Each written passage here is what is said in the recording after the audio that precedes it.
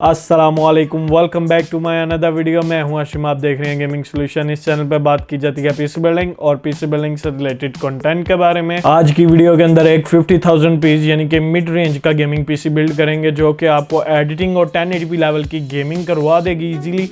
This video sponsored by welcome computers. Huge thanks to welcome computers जिन्होंने मुझे ये components provide किए इस बिल्ड के लिए। अगर आपने किसी किस्म की कोई बिल्ड करनी है, ट्रस्टेड सेलर से आप जरूर कॉन्टैक्ट कर सकते हैं। नीचे मैं डिस्क्रिप्शन के अंदर इन्हों की सारी डिटेल्स मेंशन कर दूंगा। तो let's start this build. Build करने से पहले मैं आप लोगों को बता दूं कि इस बिल्ड के अंदर जो मैं कंपोनेंट्स यूज़ करूंगा ये ऑलमोस्ट सारे कंपोनेंट्स सारे यूज में मिलेंगे।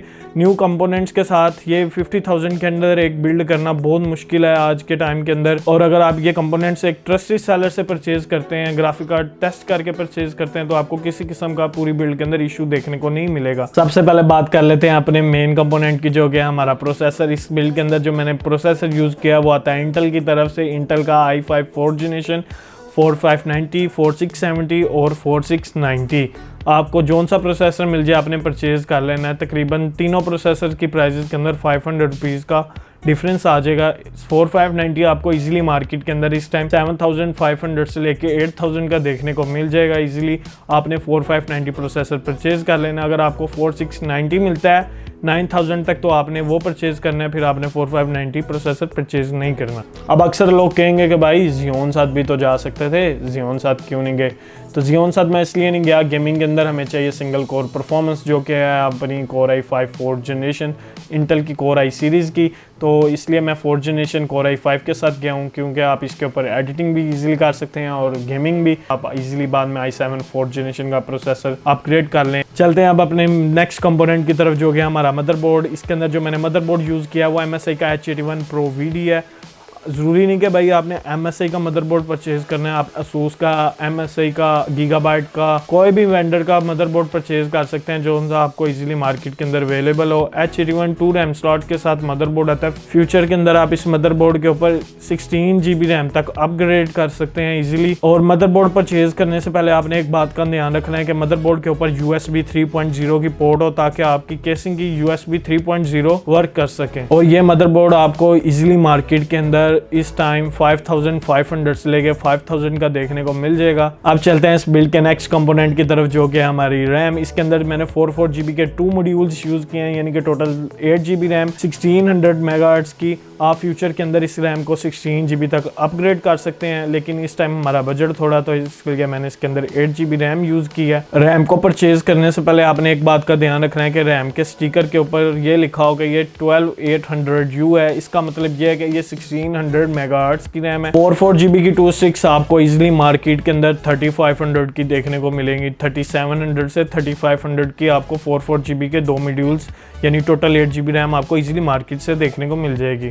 अब चलते हैं अपने इस बिल्ड के नेक्स्ट कंपोनेंट की तरफ, जो कि हमारी स्टोरेज। इसके अंदर जो मैंने स्टोरेज यूज़ किया है 128 GB की SSD और 500 GB की HDD यूज़ की है। SSD को यूज़ करने के पीछे रीजंस ये थी कि आपकी लोडिंग टाइम्स काफ़ी फास्ट हो जाती हैं, विंडो बहुत जल्द बूट हो जाती है, और HDD के अंदर आप अपने एप्लीकेशंस, डाटा और गेम्स वगैरह स्टोर कर सकते हैं। 128 GB की SSD आपको इस टाइम इजीली मार्केट के अंदर 3500 से 3200 की देखने को मिलेगी 1 ईयर वारंटी के साथ। और HDD भी मैंने इसके अंदर यूज़ किया है, ये आपको इजीली मार्केट में 2000 की देखने को। अब चलते हैं अपने बिल्ड के मेन कंपोनेंट की तरफ, जो कि हमारा ग्राफिक कार्ड। इसके अंदर जो मैंने ग्राफिक कार्ड यूज़ किया वो आता है NVIDIA की तरफ से। NVIDIA का GTX 960 2 GB। मैं यहाँ पर AMD के RX 560 4 GB के साथ भी जा सकता था, इसलिए मैं उसके साथ गया क्योंकि हमारा यहाँ पर एडिटिंग और गेमिंग PC भी है, तो इसलिए यहाँ पर GTX 960 यूज़ किया ताकि आप इस गेमिंग PC के ऊपर एडिटिंग भी कर सको।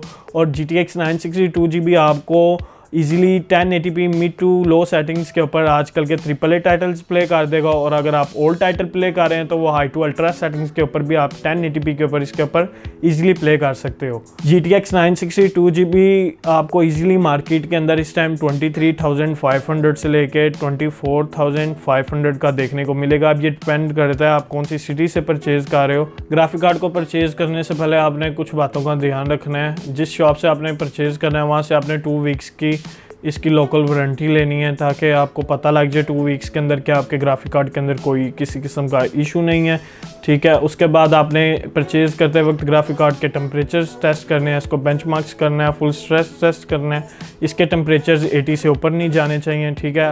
ग्राफिक कार्ड की बैक प्लेट को एक बार गौर से देखें कि इसका कोई आईसी वगैरह डैमेज तो नहीं है, कोई आईसी रिपेयर तो नहीं है, ग्राफिक कार्ड आपका खुला हुआ तो नहीं है कहीं से, ठीक है। उसके बाद आप इसके हीट सिंक को देखें एक बार कि इसके ऊपर किसी किस्म का कोई जंग वगैरह तो नहीं लगा हुआ। ये सब चीज़ें चेक करके ग्राफिक कार्ड की फिर आप एक ग्राफिक कार्ड को परचेज़ करें। आप चलते हैं अपने बिल्ड के नेक्स्ट कंपोनेंट की तरफ जो कि हमारी पावर सप्लाई। इसके अंदर जो मैंने पावर सप्लाई यूज़ किया है वो है 460 वाट्स 80+ ब्रॉन्ज कूलर मास्टर की तरफ से है। मेरे पास इस टाइम कूलर मास्टर की अवेलेबल थी इसलिए मैंने ये यूज़ किया। अगर आपको सीसोनिक, थर्मलटेक और किसी अदर ब्रांड की देखने को मिलती है तो आप वो यूज़ कर लें।